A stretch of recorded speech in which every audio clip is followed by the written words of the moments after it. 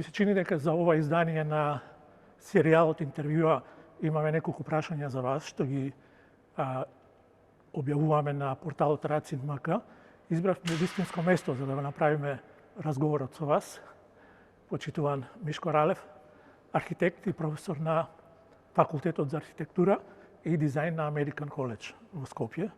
И јас ке си дозволам да кажам, познат лик во градот, кој знае да своите мисли во врска со градот и во врска со пулсот на градот и неговото живење, да ги представи така за да ги добиваме најдобрите изнијансирани опции за тоа во каков град живееме. И така сакаме и да го почнеме. Посветено е ова интервју на градот Скопје. И еве да речеме да почнеме со прашањето, има една фраза која вели град по мерка на човекот. Дали е Скопје град по мерка на човекот? И што е тоа што го прави или не го прави град по мерка на човекот? Да, благодарам на поканата. Мислам дека ова прашање зависи секогаш од времето кога се поставува. Човекомерноста на просторот е основата, базата или главниот концепт на архитектурата, па и на урбанизмот, да кажеме. Ние цело време велиме дека се е во мерка, се треба да биде во мерка на човекот, почнувајќи од базичниот ентериер, оној најличен ентериер, па се до широките простори на градот. И таа карактеристика се менува, таа не е константна, затоа што општеството се менуваат техниките, технологиите. Скопје беше едно време во мерка на човекот. Со сигурност можам да потврда и јас сум современик, можеби сум бил и дете или тинејџер или студент. Но како поминува времето, како се менува општеството, општествените сили, да ги наречам, кои што го моделираат градот и ги моделираат активностите, човекомерноста како да ја ставаме некаде адакта. Се повеќе технологијата и инфраструктурата почнува да владее со градот. Тоа не е само случај со Скопје, тоа е случај со многуте градови во светот, да кажам. Така што веќе тешко можеме да кажеме дека Скопје е човекомерен град, затоа што тој подразбира да биде хомоцентрикус, али не е. Она е се друго, центри има многу околу кои орбитираат некои други сили и друга моќ. Тоа ми беше второто прашање, но пред тоа ме потикна нешто што мислам дека не треба да го земеме за оправдување, ако се согласувате. Велите дека тоа не му се случува само на Скопје и на многу други градови во светот, но велам не треба да го земеме за оправдување тоа. Не, тоа секако дека не. Ја само спомнав дека тоа се некакви предизвици на современото општество, па и на општеството во целина, во целата негова историја на цивилизациите. Сега борбата е наша. Борбата е на граѓаните, на општеството, да тие сили не преовладаат. Така што, добро, дека се случуваат, али се случуваат и обратни процеси, дека всушност човекомерноста секогаш се негува во некои други градови. Може ли ние да продолжиме понатаму во духот на овие прашања што ги отворив еднаш? Може ли за Скопје да кажеме дека и повторно да тргнеме од таа фраза дека градот треба да биде според мерка на човекот? Што е тоа што му недостасува, ако можам да извлечам се заклучок од вашето искажување, дека во последниве години Скопје избегнува од да се држи во рамките, во мерките на тоа да биде град близок до човекот? Дали тоа значи дека веќе не е пријателски град, не е хуман град? Проблемот со тоа дали е хуман или не хуман произлегува од она што ние го велиме дека архитектурата и урбанизмот се некаква социјална конструкција на реалноста и дека архитектурата и урбанизмот ги следат и се во некаков ритам со општествените случувања. Сега, она што го гледаме како резултат на делувањето во просторот е всушност политика на општеството. Не сум задоволен дека со тоа дека ние се грижиме за хуманиот карактер на градот, затоа што треба да постои еден баланс помеѓу потребите на човекот, помеѓу изградената средина и секако природата. Тој систем, да го наречеме екосистем или да го наречеме социо-еколошки систем, се негува и се развива. Некако сведоци сме дека владе повеќе стихија отколку систем. Тука станува збор и за одредена честност во распределбата на ресурсите и во однос на владењето со градот. Некако да, као граѓаните да се потиснати и дека една мала група, општествена група, надвор од сите, да речеме, повеќето хумани потреби, цивилизацијски потреби, инфраструктурни потреби, природни потреби, ги донесуваат решенијата. Знаете, затоа што не е само градот по мерка на човекот, хуман град, да се грижи само за одредени стандарди и нормативи. Туку треба да го осети и да ја осети и желбата и потребата на секојдневниот човек. На оној човек кој што е всушност тука и кој што живее, кој на одреден начин е фатен во некаква стапица. Ние живееме еден навистина хаотичен живот.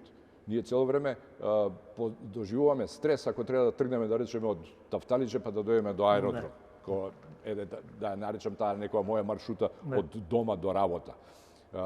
Треба да мериме кога да тргнеме. Треба да направиме цел еден план, стратегија како да стигнеме до одредено место. Потоа, што да правиме кога ќе стигнеме веќе таму.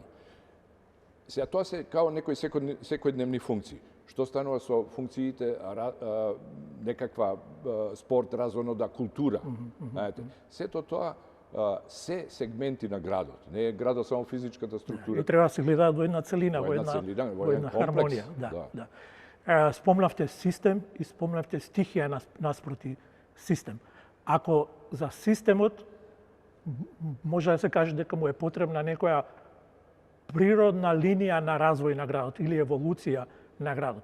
Но има одредени моменти кога не само Скопје и другите градови, но и Скопје се соочил со ситуации кога, не знам, да спомнеме трагедијата на земјотресот од 1963 година, која наспроти и се разбира за жал на сета трагедија и хумана катастрофа што ја донесе тој земјотрес, беше точка од која требаше да се тргне во некоја пресвртница, во некој нов развој, во некој нов систем на градот. И имаше за тоа една замисла, но нешто го обструираше тој процес. Нешто таа убава идеја што ја осмислија Кензо Танге, неговите пријатели, пријателите архитекти од Грција, кои во исто време го работеа на урбанизацијата и на новото Скопје, нешто на тие напори им излезе како обструкција. Природната катастрофа што беше 63 година минатиот век, не само што го смени правецот на развојот, туку тој донесе развој. Скопје пред земјотресот е, тој е веќе од почетокот на векот некаков центар и уште во Отоманската империја со доаѓањето 1873 е дојде на железницата во Скопје. И тоа е првиот акселератор на развојот и просторен развој, затоа што сега се развива Скопје од десната страна. Потоа станува еден од важните градови во кралството Југославија. Да не зборувам во социјалистичка Југославија е главен град, е републички центар. И со сите своји функции, градски функции или функции на еден центар, представува значаен урбано место во еден поширок регион од нашата држава, повеќе од нашата држава. И сега, инаку, Скопје, кога ќе го посматрате од аспект на таа една еуфорија на градба, односно на реконструкција, тој е своевиден феномен, затоа што прв пат Обединетите нации влегуваат во една ваква приказна. И едноставно, кога ги разгледуваме некакви коментари околу тој феномен на Скопје, забележуваме дека секаде се спомнува дека е тој еден обичен мал провинцијски град, кој што заради, знаете, опкружувањето или заради таму кај што се наоѓа во една огромна држава од 20 милиони 20 милиони населени, што таа представувала во тој момент во светот. Знаете, тогаш во 61 се отвара движењето, започна движењето на неврзаните. Југославија е битен фактор во светската политика и затоа таа може да предизвика ваков феномен. Океј, тоа се политичките околности. Како се вели, политичкиот контекст. И сега Скопје добива таа шанса. Каде што се сретнуваат западноевропските или научноста, односно знаењето на западниот свет и знаењето на источниот свет. Затоа што тука се сретнуваат и Доксијадис од Грција, но и Циборовски од Полска. Со своите Циборовски како искусен заради реконструкцијата на Варшава. И тоа е вака, знаете, едно знаење кое што Варшава е огромен центар, кој што се применува во Скопје. Но и започнува. Кензо Танге го прави само проектот, односно планот за централното градско подрачје и одеднаш Кензо Танге станува, мислам дека веќе ќе стане во фолклорот Крале Марко на Скопје, затоа што обичниот човек мисли дека Кензо Танге го направил. И тоа е феномен. И онда Обединетите нации велат дека не сме тука да се застане, затоа што тоа е показна вежба за справување на светската заедница со природни катастрофи или не знам други катастрофи. Практично требаше да биде модел. И тој станува во еден одреден момент станува модел во одлучувањето и во планирањето на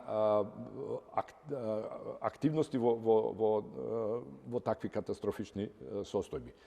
И започнува и како архитектонско-урбанистички модел, но секако му треба многу време затоа што негде измеѓу 70 и 80% од градежниот фонд е срушен.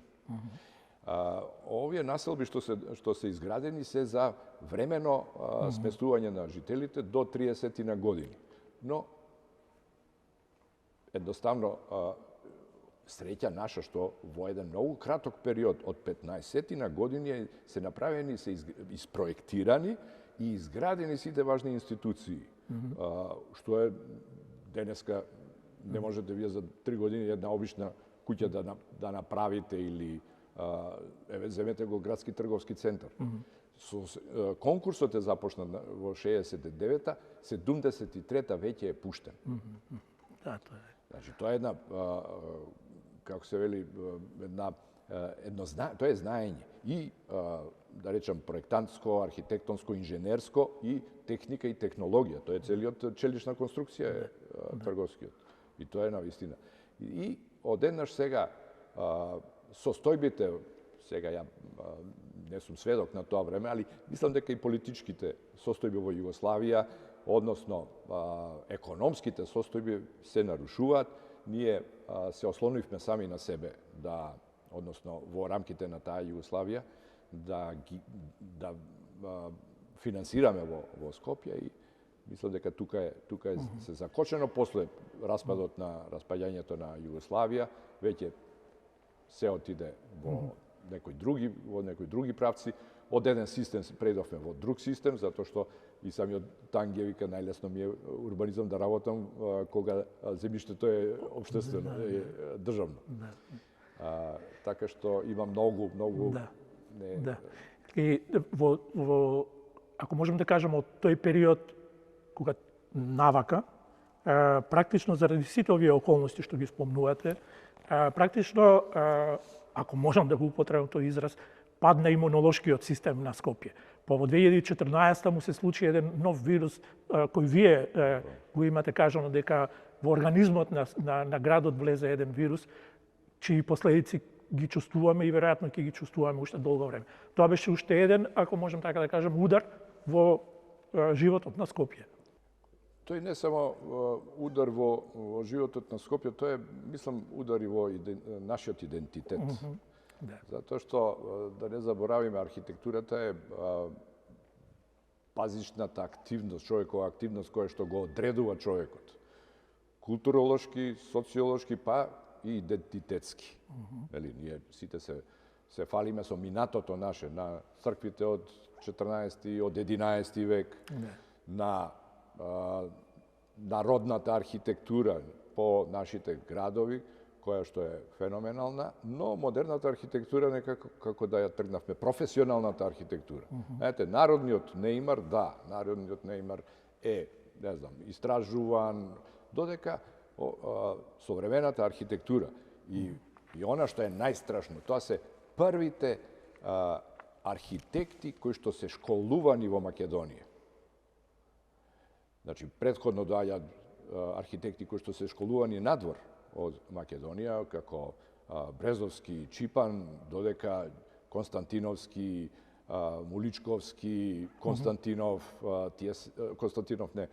тие се наши, значи од Кирил и Методи излезени од архитектонски факултет.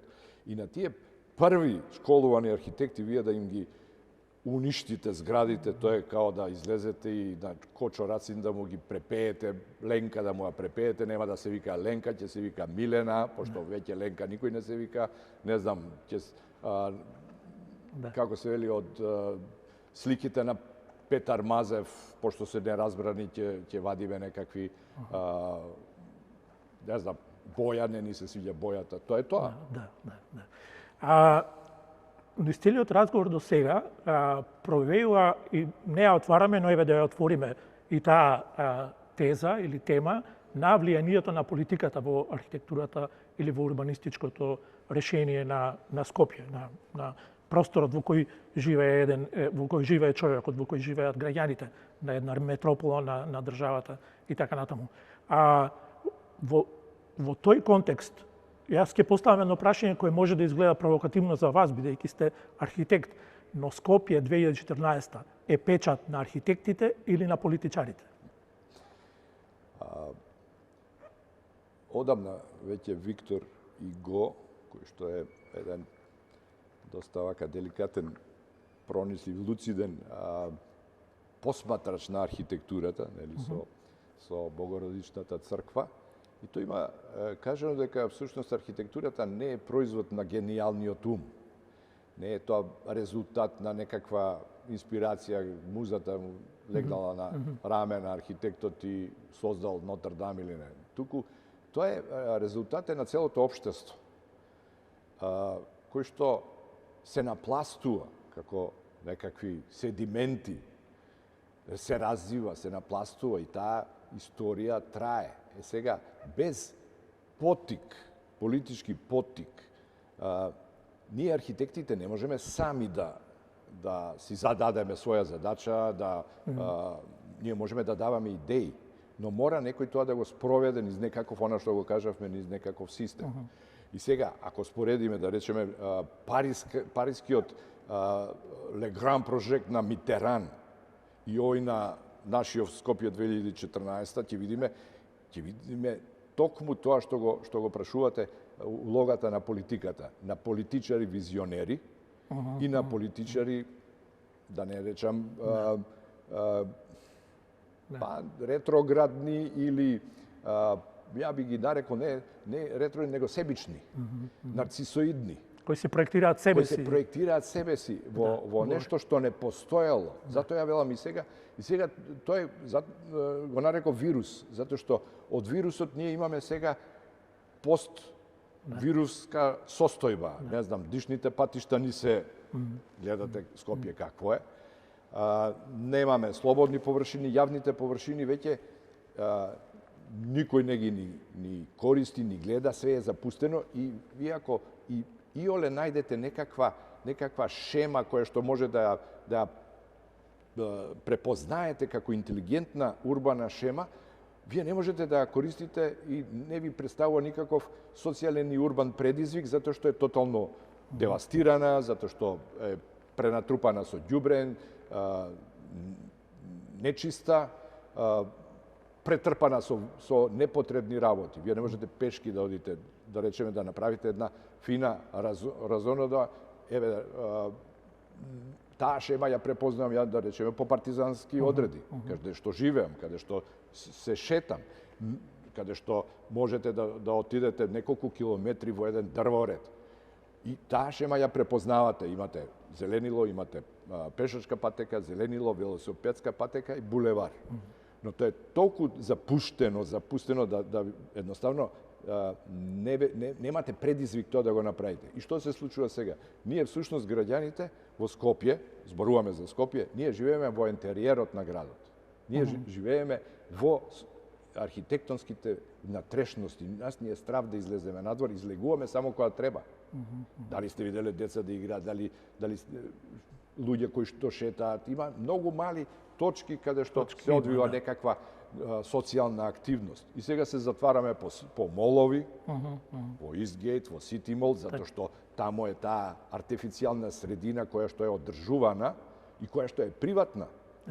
Нели? А треба да биде јавна. И која има само комерцијална намена. И седиме во овој простор, во овој простор. Ајде уште малку за оваа синергија меѓу политиката и архитектурата. Има, да речеме, во таа синергија можеме да препознаеме, јас така ги определувам како новинар кој ги следи овие работи, имаме, например, епохи кога можеме да најдеме добра конекција и добри резултати од таа синергија, како, например, не знам, постземјотресно Скопје, некои од обидите што беа направени, за жал, не се довршија така како што треба, или некакви изблици на архитектонски изрази како што беше брутализмот, поради кој Скопје е наречен метропола на брутализмот. Има контроверзии околу тоа прашање дали е тоа вистински начин на изразување архитектонско, има нешто што му недостасува, некој го квалификуваат како нешто што е навистина сериозен израз во 20-тиот век, како нешто што се издвојува.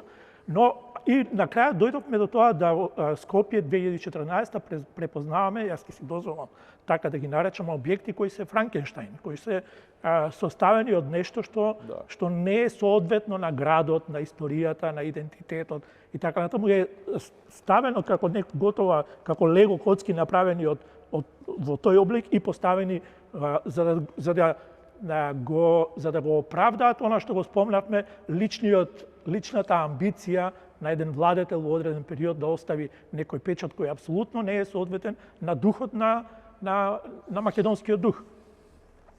За брутализмот, еве да речеме. Или како се? Добро, еве и за политиката, ако сега ние не сме современици во тој период, мислам како професионалци, но она што е битно дека за време на Југославија политички декрет е дека целата култура ќе се сврти кон западноевропските традиции. И тоа е она што го има и запишено, што и сум го слушнал, затоа што, нели, има две, как се вели, станици, односно две пресвртници. Првата пресвртница во таа е раздвојувањето од Сталин, на Тито и Сталин, и тогаш југословенската цела култура, технологија, онда се приклучува кон западноевропските системи. И второто е после смртта на Тито што се случува. И сега тоа е битно, тоа е и разработено во одредени теоретски делови за архитектурата. И сега сите оние, како да речам, сите концепти, сите школи се впиени тука. Со тоа што после земјотресот еден добар дел на млади архитекти во тоа време, кои што или биле на факултет или во познати проектантски организации, се пратени во Соединетите држави, во Холандија, да го изучат занаетот на изворот, значи кај правите мајстори. И тие го носат тој дух, тоа знаење, да речеме, еден Ѓорѓи Константиновски, професорот, бил прво на Јејл, кај бил студент, магистрирал кај Пол Рудолф, еден од познатите бруталисти во тоа време, а работел кај Јоминг Пеј, авторот на Лувровската пирамида. Селебрити, да речеме, и двајцата селебрити во архитектонскиот свет. И сега тоа е политика. Знаете, политика е, земете ги најнапредните и она што е добро што се преработени низ еден наш локална традиција, наша национална, затоа што во некои критики, да речеме, на професор Токарев, кога пишува за македонската модерна архитектура, зборува дека во тој брутализам се вткаени многу фолклорни, да ги наречам, или традиционални елементи во форма транскрибирани. Да речеме, Петар Мазев со зградата на тогашна ЦК на СКМ, која што е сега, не знам како ја нарекуваме све, од шампита до, не знам, торта за... Рековте Петар Мазев, мисливте на Петар Муличковски. Не, Петар Муличковски. Ја реков Мазев, да, се извинувам. На Петар Муличковски, па уште поголема грешка кај него дипломира. Кој што, всушност, целата таа зграда беше како форма произлезена од Народната куќа, од Охридската куќа.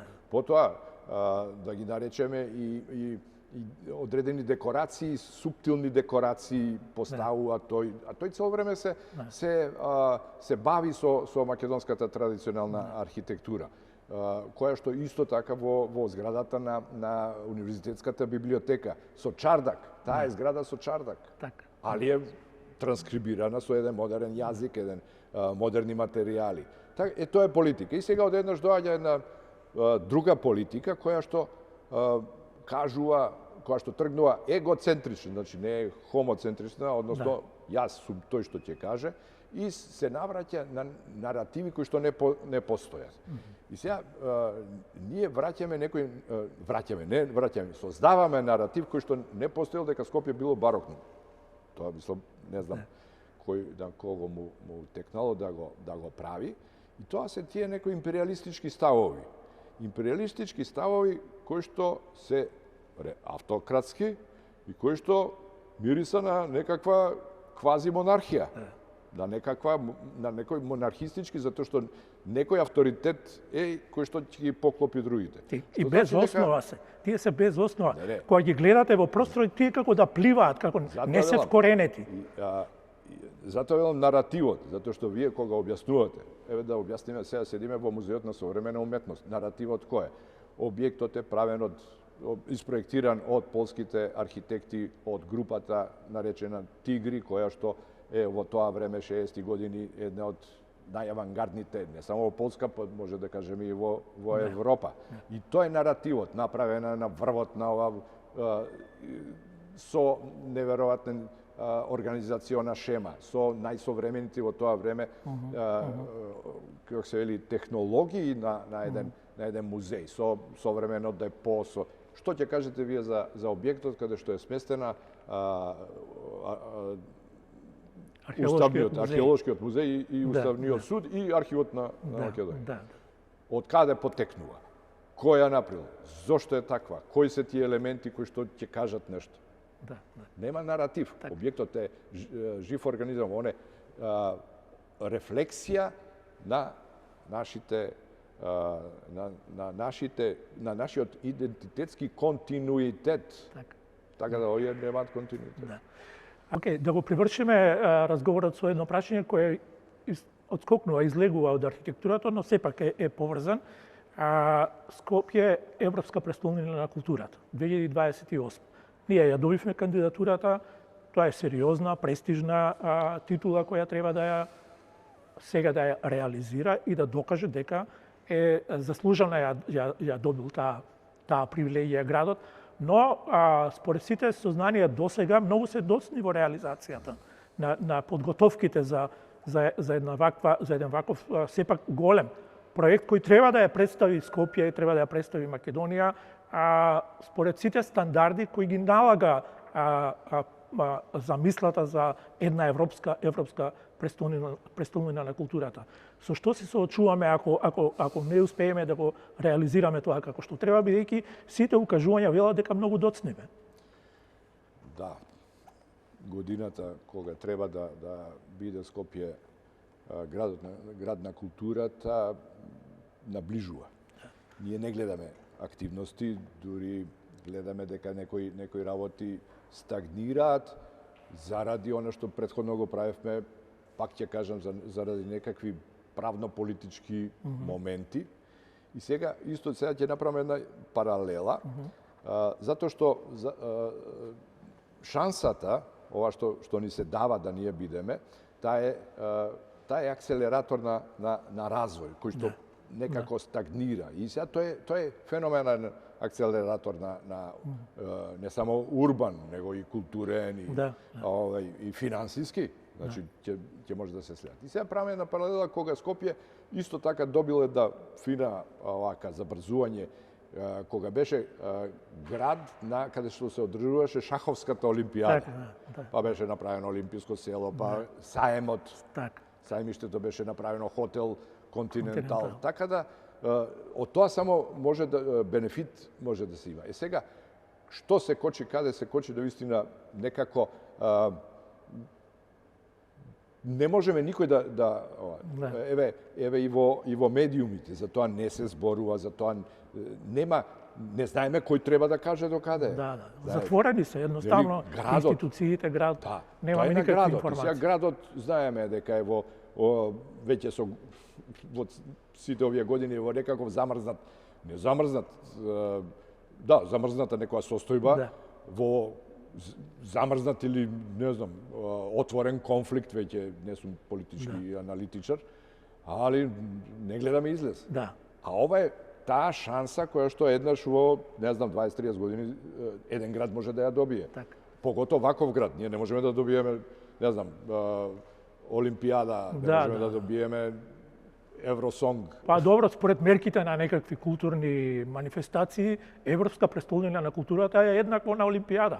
На некоја културна затоа велам, затоа што тоа еднаш го добиваш и ако го пропуштиш, мислам, не е фер, не е фер према нас.